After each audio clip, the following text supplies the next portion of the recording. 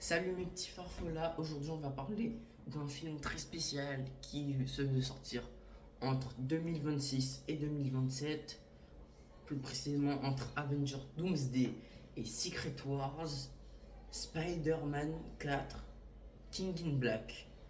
Générique.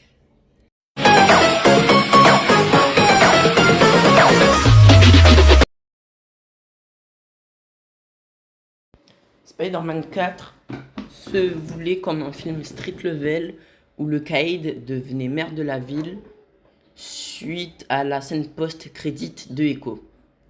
Alors, l'événement sera inspiré du run Devil's Reign, où en gros le caïd devient maire de la ville, il interdit les super-héros à New York, et il va même jusqu'à créer une équipe de méchants appelée les Thunderbolts, dont il y a un trailer sur YouTube.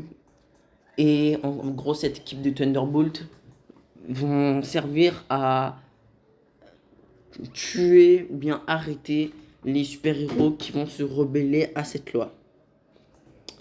En gros, on aurait eu un Peter terre à terre, ou suite au sort de Strange qui a fait oublier tout le monde de la mémoire de Peter, Spider-Man se serait plus concentré sur son identité de super-héros que son identité secrète.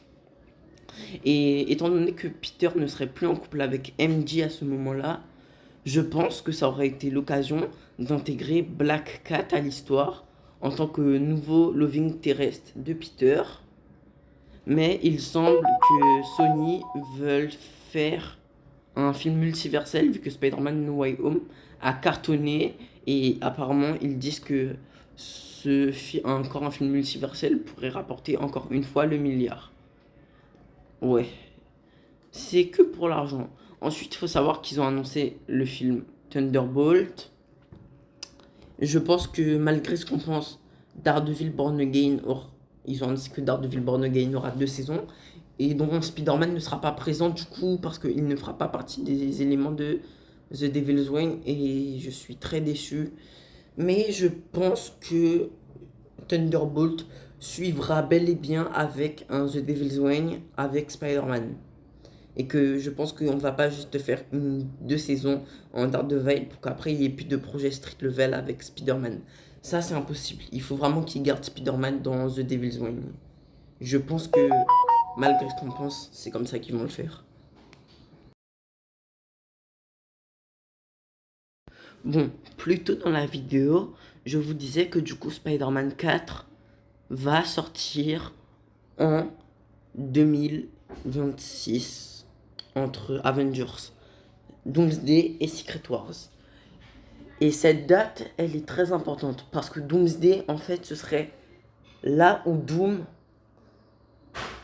fusionnerait différents univers pour pas que le multivers se détruise. Et du coup, c'est une date très importante puisqu'on sera dans le Battle World. En gros, le film pourrait être multiversel et accueillir plusieurs Spider-Man venant de différentes parties du Battle World.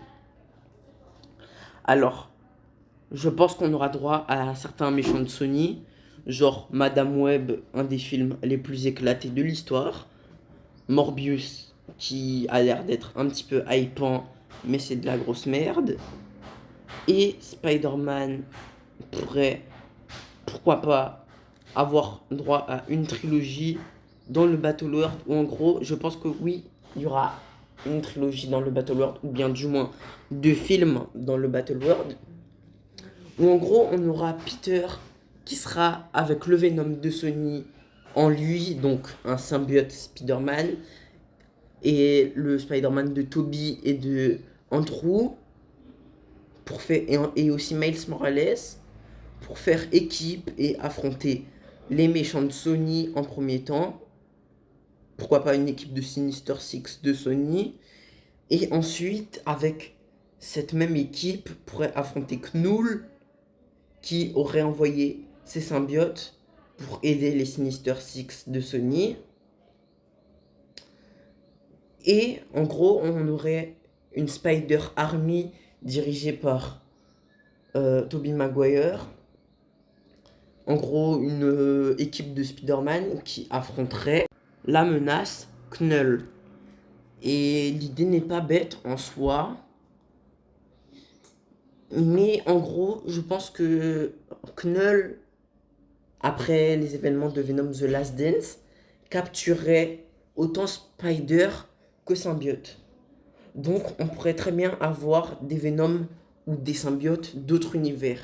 Par exemple, un truc que je rêve de voir, c'est un Miles Morales avec Carnage affronter un Tom Holland ou bien un Spider-Man avec le symbiote de Venom. Je sais pas vous, mais moi, c'est un truc que j'adorerais voir. Et vu qu'on sera dans cette période de Battle World, c'est très bien possible. Et du coup, ce Spider-Man 4, est-ce qu'on peut s'attendre à un bon film?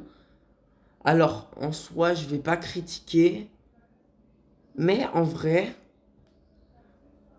je pense que vu que Kevin Feige en ce moment a décidé de plus diriger les films Marvel, même si c'est avec Sony, ben je pense qu'on aura quand même droit à un bon film malgré ce que beaucoup de fans pensent.